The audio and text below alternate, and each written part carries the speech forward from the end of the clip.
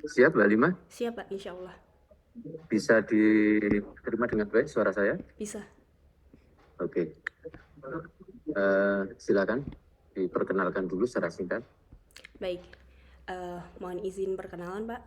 Baik, sebelumnya saya ucapkan terima kasih kepada Bapak yang telah meluangkan waktunya. Mohon izin saya untuk memperkenalkan diri.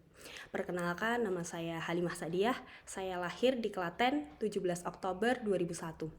Usia saya saat ini adalah 23 tahun. Saya saat ini berdomisili di Klaten, Jawa Tengah. Saya merupakan alumni dari Universitas Muhammadiyah Surakarta, Fakultas Keguruan dan Ilmu Pendidikan, Program Studi Pendidikan Pancasila dan Kewarganegaraan pada tahun 2023. Untuk kesibukan saya saat ini adalah menjadi tutor di bimbingan belajar Planet Education yang ada di Klaten, Jawa Tengah. Saya tertarik dalam dunia pendidikan karena keluarga saya juga sebagian besar berkecimpung dalam dunia pendidikan ini, sehingga saya menjadi terinspirasi untuk menjadi guru. Selain itu, saya juga terinspirasi oleh salah satu buku dari Buya Hamka yang mengatakan bahwa belajar adalah mengajar, sehingga saya menjadi termotivasi dan siap berkontribusi untuk menjadi guru ahli pertama di Kementerian Agama di Kanwil, Jawa Tengah. Terima kasih, Pak. Titik lokasi di mana? Di Klaten, di MTS Negeri 1 Klaten. Sudah keluarga belum? Belum, Pak. Oke. Siap ya, pertanyaan Ya. pertama. Ya. Siap, jadi mantu. Aduh. Belum tahu, Pak. Coba tentukan materi yang ada di CP. Ya. Saya ulangi, coba tentukan satu materi yang ada di satu materi pelajaran yang ada di CP, kemudian rumuskan tujuan pembelajaran dalam RPP. Silakan, minimal 3 tujuan. Baik. Izin saya mengambil materi norma di kelas 7 terkait dengan norma di masyarakat. Misal, untuk tujuan yang pertama, siswa mampu memahami pengertian norma dalam masyarakat. Yang kedua, siswa mampu memberi contoh norma yang ada di masyarakat. Ketiga, siswa mampu menerapkan atau siswa mampu memberi contoh norma yang ada di masyarakat. Mungkin itu sih, Pak. Oke, sekarang bagaimana seorang guru menyusun bahan ajar secara runut, logis, kontekstual, dan mutakhir? Baik, izin menjawab, Bapak. Untuk menyusun bahan ajar secara kontekstual diperlukan rancangan yang lebih tepatnya membuat modul ajar supaya lebih bisa urut dan sistematis terkait mulai dari tujuan pembelajarannya, mulai dari strateginya, sehingga menghasilkan bahan ajar yang optimal nantinya untuk dilakukannya kegiatan pembelajaran di kelas. Dengan adanya itu kan bisa merancang apakah yang diperlukan, misal pembuatan PPT atau bahan-bahan yang diperlukan, misal laptop, kertas atau hal-hal lainnya. Kemudian ada juga misal membuat atau mengambil contoh video pembelajaran atau video terkait dengan pembelajaran tersebut sehingga untuk bahan materi nantinya. Mungkin seperti itu, Pak. Oke, terima kasih Mbak Alima. Kemudian bagaimana seorang guru memilih sumber belajar atau media pembelajaran sesuai dengan materi dan strategi pembelajaran? Silakan. Baik, untuk memilih sumber belajar sendiri pastinya yang sesuai dengan materi yang akan diajarkan nantinya. Yang harus sesuai dengan sumber yang diberikan oleh misal dari pemerintah memberikan buku paket atau modul atau LKS itu sebagai bahan dasar untuk memberikan materi yang akan diajarkan nantinya. Kemudian ambil sumber lain yang relevan dengan materi yang akan diajarkan. Misal sumber dari jurnal internasional, jurnal nasional yang itu sudah ada penelitiannya sebelumnya sehingga sudah ada kayak bukti nyatanya bahwa ini benar terjadi. Terus ada berita-berita yang faktual dari misalnya yang terpercaya Liputan 6 atau Kompas TV atau mungkin ada mengambil video pembelajaran dari YouTube, kemudian kita komparasikan, kita kolaborasikan dengan materi-materi yang ada yang lain-lain. Misal kita setelah adanya semua materi itu, kemudian kita buat PPT atau poster atau yang lainnya. Mungkin seperti itu, Pak. Betul. Tapi coba praktekkan kegiatan pendahuluan dalam kegiatan belajar mengajar di depan anak-anak, seolah-olah betul-betul Anda mengajar. Silakan. Baik, izin mempraktikkan ya, Pak. Apakah perlu share screen, Pak? Tidak ya, Pak? Saya kira tidak. Langsung aja, ya, biar waktunya. Baik. Ya. Bismillahirrahmanirrahim. Assalamualaikum warahmatullahi wabarakatuh. Bagaimana kabarnya hari ini anak-anak? Alhamdulillah. Semoga semuanya dalam keadaan sehat, walafiat, dan dalam lindungan Allah Subhanahu wa Ta'ala. Sebelum memulai pembelajaran, seperti biasa, mari kita awali dengan berdoa terlebih dahulu. Silahkan ketua kelas bisa memimpin doa. Baik, terima kasih. Semoga dengan doa kita dapat dimudahkan dalam memahami materi dan juga dapat materi nanti juga dapat bermanfaat dalam kehidupan sehari-hari. Untuk menambah semangat, Ibu ada satu pantun sebelum memulai pembelajaran. Ke warung beli kerupuk. Kerupuk jatuh di pinggir kali. Kalau belajar jangan sambil mengantuk, nanti buku malah jadi bantal lagi. Oke, selanjutnya Ibu akan menambah semangat kalian dengan kita menyanyikan lagu Garuda Pancasila secara bersama-sama. Dalam hitungan ketiga, kita menyanyikan bersama-sama. Oh ya, jangan lupa untuk berdiri dulu dan juga mengepalkan tangan seperti ini. Oke, baik. Dalam hitungan ketiga kita mulai ya. Garuda Pancasila, akulah pendukungmu, patriot proklamasi, sedia berkorban untukmu. Pancasila dasar negara, rakyat adil makmur sentosa, pribadi bangsaku. Ayo maju, maju, ayo maju, maju, ayo maju, maju. Baik, terima kasih. Silakan duduk kembali. Maju. Ya, saya lanjutkan ya, Pak. Saya lanjutkan. Terakhirnya ya, Pak. Kurang naik. Oh. Izin melanjutkan ya, Pak. Maju. Ya, izin melanjutkan. Baik, untuk selanjutnya Ibu akan mengabsen kalian satu persatu. Nanti kalian silahkan menjawab dengan semangat ya. Untuk absen pertama, Andi. Absen kedua, Dika. Absen ketiga, Syafiq. Absen keempat, Abdul, dan seterusnya. Kemudian untuk sebelum memulai, kita juga harus memperhatikan kebersihan di lingkungan sekitar, terutama di lingkungan kelas kita sendiri. Sebelumnya kita harus memastikan bahwa di lingkungan ini bersih. Pastikan di laci ataupun di lantai itu tidak ada kotoran ataupun sampah yang berserakan. Jika ada, silahkan dibuang terlebih dahulu. Mungkin itu Pak pendahuluannya. Terima kasih. Oh gitu. Apa stepnya belum ada tadi ya? Oh, saya muncul ya. Kelupaan, Pak. Ya udah, enggak apa-apa. Oke. Selanjutnya, tadi mengangkat materi norma ya? Iya, norma. Coba jelaskan secara teori tentang norma yang berlaku di masyarakat. Seolah Anda menerangkan materi norma kepada anak-anak sehingga anak-anak betul-betul bisa memahami materi itu dengan baik. Baik. Kalau ini perlu share screen tidak, Pak? Monggo silakan. Oh ya, baik. Dipersingkat waktunya ya. Oh ya, izin share screen ya, Pak.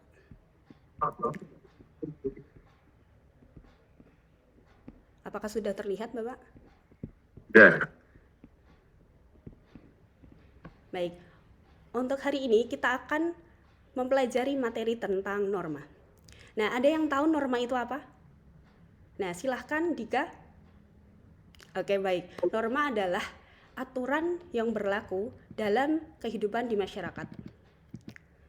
Nah, norma itu ada berapa? Ada yang tahu? Baik, norma itu ada 4 di Indonesia, yaitu norma agama, norma kesusilaan, norma kesopanan, dan juga norma hukum. Nah, dalam Al-Quran sendiri juga sudah dijelaskan bahwa norma itu juga berlaku. Seperti dalam surat An-Nahl ayat 90. Innallaha ya'muru bil 'adli wal insani wa ita'i dzil qurba. Ihsan. Gimana Pak? Mohon maaf.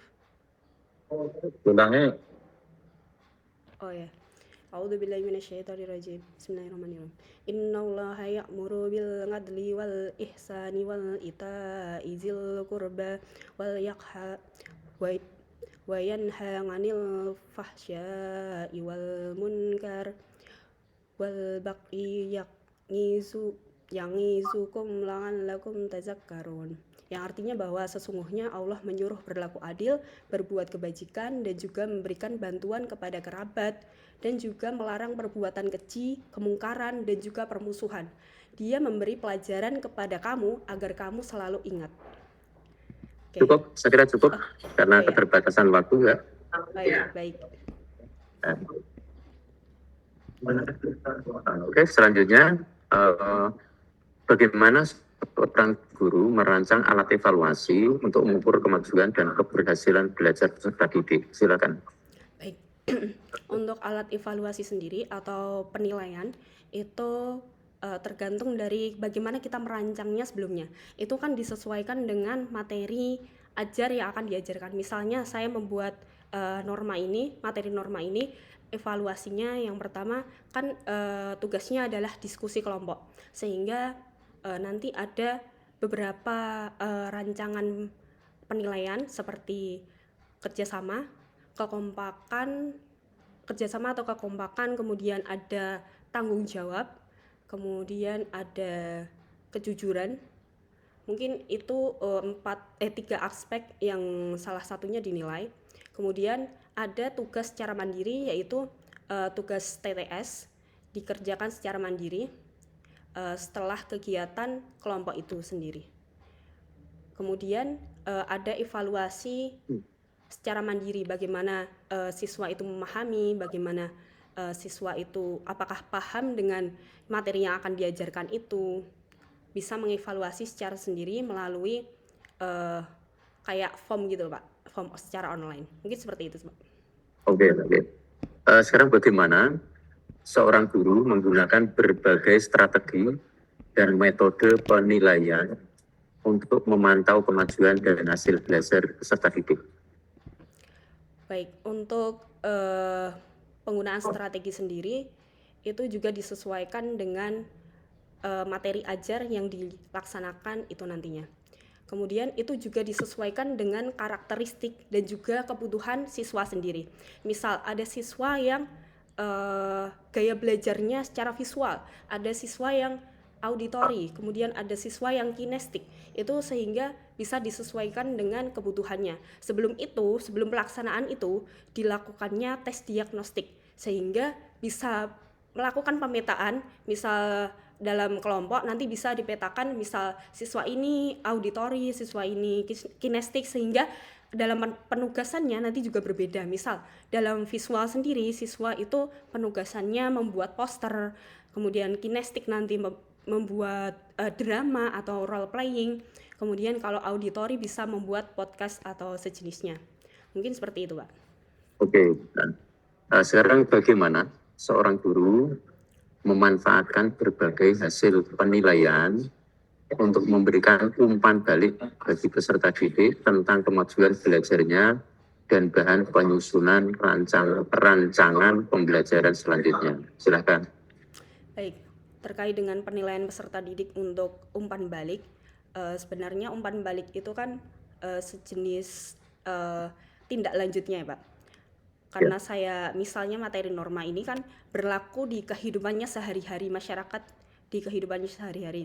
Misal dalam norma agama ini misal dalam kegiatan role playing atau pembuatan drama, mereka kan berperan dan juga seperti memerankan dalam kehidupannya masing-masing.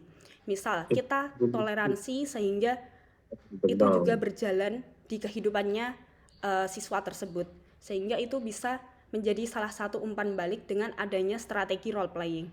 Kemudian strategi yang lain dengan adanya penugasan, misal penugasan secara individu, mereka juga bisa memahami secara lebih mendalam lagi bagaimana norma ini berlaku dalam masyarakat, bagaimana norma ini sebagai budaya, sebagai adat yang ada di masyarakat. Mungkin seperti itu, Pak.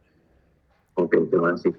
Mbak Halimah Sa'diyah itu sudah punya pengalaman mengajar berapa tahun? Saya sendiri untuk pengalaman mengajarnya biasanya pengabdian, Mbak.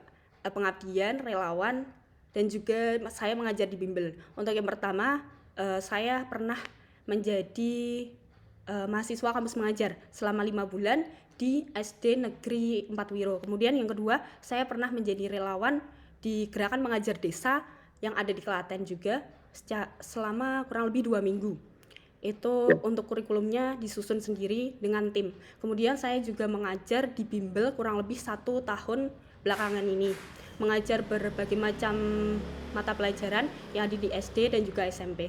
Termasuk juga agama dan juga bahasa Arab atau BTA. Kemudian saya juga mengajar, pernah menjadi relawan di World Clean Up Day dalam bidang lingkungan di sekolah luar biasa yang mengisi materi tentang lingkungan, tentang lebih spesifiknya tentang pengolahan sampah, sehingga mereka bisa membuat karya sendiri. Walaupun mereka berkebutuhan khusus, mereka juga mempunyai kreativitasnya sendiri. Mungkin seperti itu, Pak. Kalau dikumpulkan kira-kira ada 1 tahun? Kalau ada, Pak. Kalau bimbel sendiri kan udah 1 tahun. 1 tahun. Iya. Kira-kira berapa? 1 tahun atau 2 tahunan? 1,5 mungkin ya, Pak. 1,5 tahun. Kalau sama kampus mengajar mungkin 2 tahun. Kampus mengajar kan pas kuliah soalnya. Oke, ya.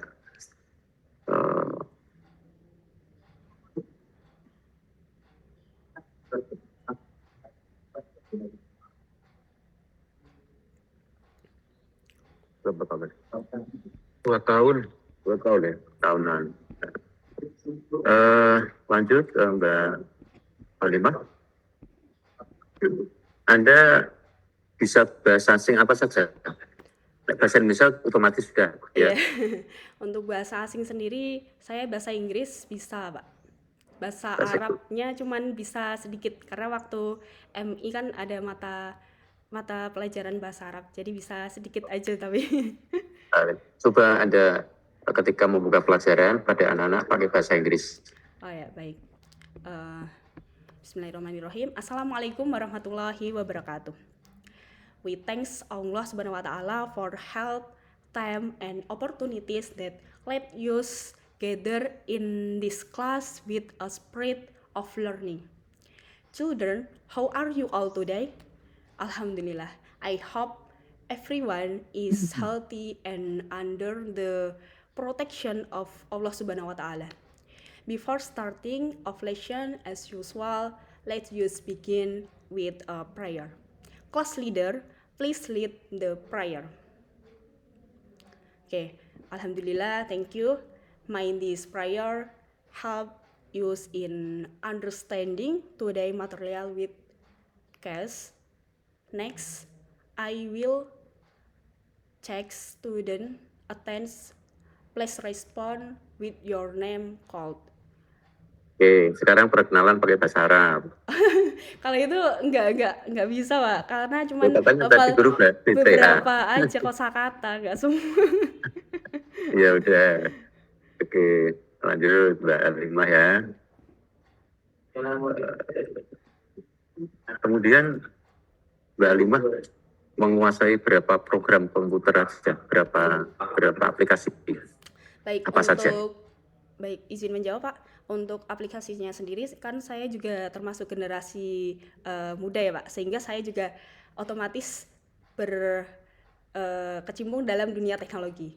Salah satunya dalam Microsoft Office seperti Microsoft Word, Excel, PowerPoint, itu yang utama dalam hidup saya sendiri. Kemudian yang kesampingnya itu ada Canva, ada kayak editor video menggunakan Filmora, menggunakan Final Cut, kemudian CapCut, kemudian untuk edit video sendiri, edit foto sendiri ada Lightroom, terus dan lain-lain.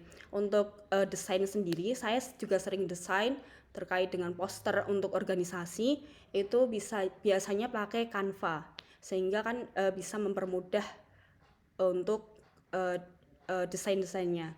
Kemudian selain itu saya juga sering mengintegrasikan dalam pembelajaran itu menggunakan beberapa learning management system seperti Kahoot, Quizizz, kemudian Wordwall, seperti itu Pak. Oke, cukup lengkap ya. Iya. Cukup lengkap. Saya kira tuntutan itu ya. Iya. Pernah mengajar pakai Smart TV? Belum pernah Pak, karena di sini kan belum ada yang mendukung seperti itu Pak. Tapi saya pernah tahu, pernah lihat. Anda kan ada, yakin Di mampu kampus ya, ada. operasikan ya. Iya. Oke. Sekarang terkait dengan pertanyaan keagamaan. Ya. Anda setelah sholat biasanya zikir dan doa enggak? Iya Pak. Nah, coba praktekkan secara singkat. Zikir dan doa setelah sholat. Baik, izin menjawab Pak. Untuk zikirnya sendiri biasanya saya mulai ya Pak. Astaghfirullahalazim alladzi la ilaha illa huwal hayyul qayyum wa atubu ilaih. La ilaha illallah wahdahu la syarikalah lahul mulku wa lahul hamdu yuhyi wa yumiit wa huwa ala kulli syai'in qadir. Allahumma ajri minan nar, Allahumma ajri minan nar, Allahumma ajri minan nar. A'udzubillahi minasyaitonirrajim. Bismillahirrahmanirrahim. Alhamdulillahirabbil alamin arrahmanir rahim maliki yaumiddin. Iyyaka na'budu wa iyyaka nasta'in ihdinas siratal mustaqim siratal ladzina an'amta 'alaihim ghairil maghdubi 'alaihim waladdallin. Amin. Cukup. Sekarang doanya. Oh ya. Doanya. Bismillahirrahmanirrahim. Rabbana atina fid dunya hasanah wa fil akhirati hasanah wa qina adzabannar. Terus Itu tak. enggak. Orang tua, coba mendoakan orang tua. Mendoakan orang tua gimana? Aduh, jadi blank Pak. Robby Firly warhamni Robby Firly. Deg-deg. Aduh. Robby Firly warhamni wajburni wati. Kok jadi itu? Banyak. Ulangi.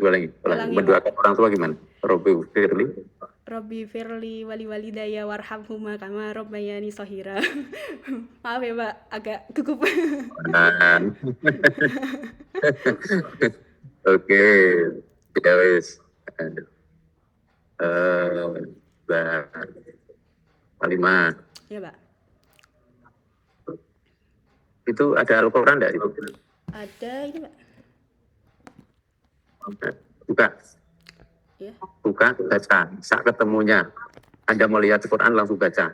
Oh ya. Ayatnya bebas, suratnya bebas. Oh ya, baik. Dibaca coba. Surat Al-Mulk coba ya Pak. A'udzubillahi minasyaitonirrajim. Bismillahirrahmanirrahim. Tabarakalladzi biyadihil mulku wa huwa ala kulli syai'in qadir. Alladzi khalaqal mauta wal hayata liyabluwakum ayyukum ahsanu amala wa huwal azizul ghafur. Cukup. Sekarang surat Al-Kafirun. Al-Kafirun. Baca atau langsung, Pak? Ya, hafalkan tuh. Oh ya. Al-Kafirun. Masa Al-Kafirun baca dihafalkan. Tidak, Pak. Bismillahirrahmanirrahim.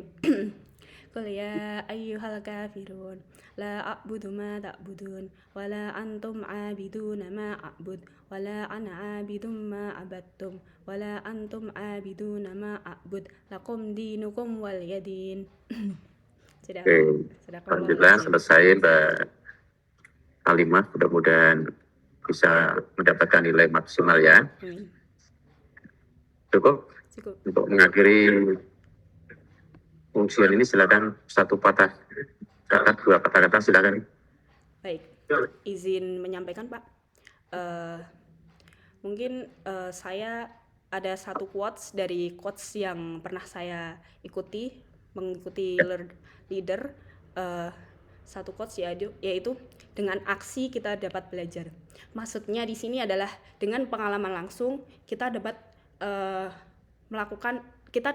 memperoleh banyak ilmu, banyak wawasan, dapat memperoleh banyak perspektif yang berbeda dengan orang lain sehingga kita mendapatkan pengalaman dengan seiringnya berjalannya waktu. Dengan ini saya siap dan juga yakin untuk berkontribusi di Kementerian Agama, jurusan Pendidikan Pancasila dan Kewarganegaraan di Kanwil, Jawa Tengah. Mungkin itu, Pak. Terima kasih. Thank you. Ya, terima kasih, Ya, Pak. silakan live. Mungkin ini ada modul ajar, Pak. Mungkin bisa membuat pertimbangan, Pak. Terima kasih. Ada saya kirimkan di chat. Terima kasih. Izin live. Sudah saya download, Mbak.